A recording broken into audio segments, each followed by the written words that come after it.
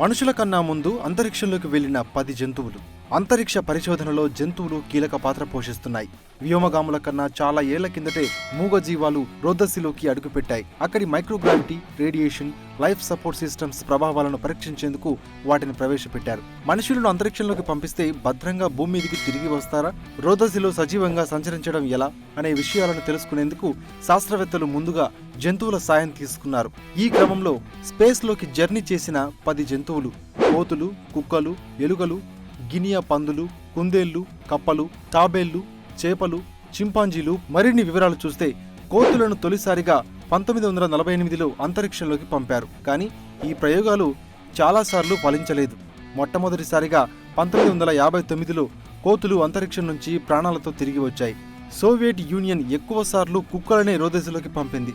తొలిసారి 1957లో పంపగా ఆ శునకం చనిపోయింది. 1960లో పంపిన కుక్క విజయవంతంగా అంతరిక్ష యాత్రను ముగించింది. ఎలుకలను 1950 నుంచే స్పేస్లోకి పంపిస్తున్నారు. 1961లో గినియా పందులను సోవియట్ యూనియన్ అంతరిక్షంలోకి పంపింది. కుందేళ్లను కూడా సోవియట్ యూనియనే 1959లో రోదసిలోకి ప్రవేశపెట్టింది. కప్పలను 1970లో నాసా పంపింది. తాబేళ్లను 1968లో సోవియట్ యూనియన్ చంద్రుడి మీదికి తీసుకెళ్లింది. తద్వారా చందమామ పైన మనుషుల కన్నా ముందు అడుగుపెట్టిన జంతువులుగా తాబేళ్లు చరిత్ర నెలకొల్పాయి. 1973లో అమెరికా చేపలను స్కైలాబ్లోకి పంపింది. చింపాంజీలను 1961 జనవరి 31న అంతరిక్షంలోకి తీసుకెళ్లారు. ఫ్రాన్స్ వాళ్ళు పిల్లలను 1963 అక్టోబర్ 18న రోదసిలోకి పంపారు.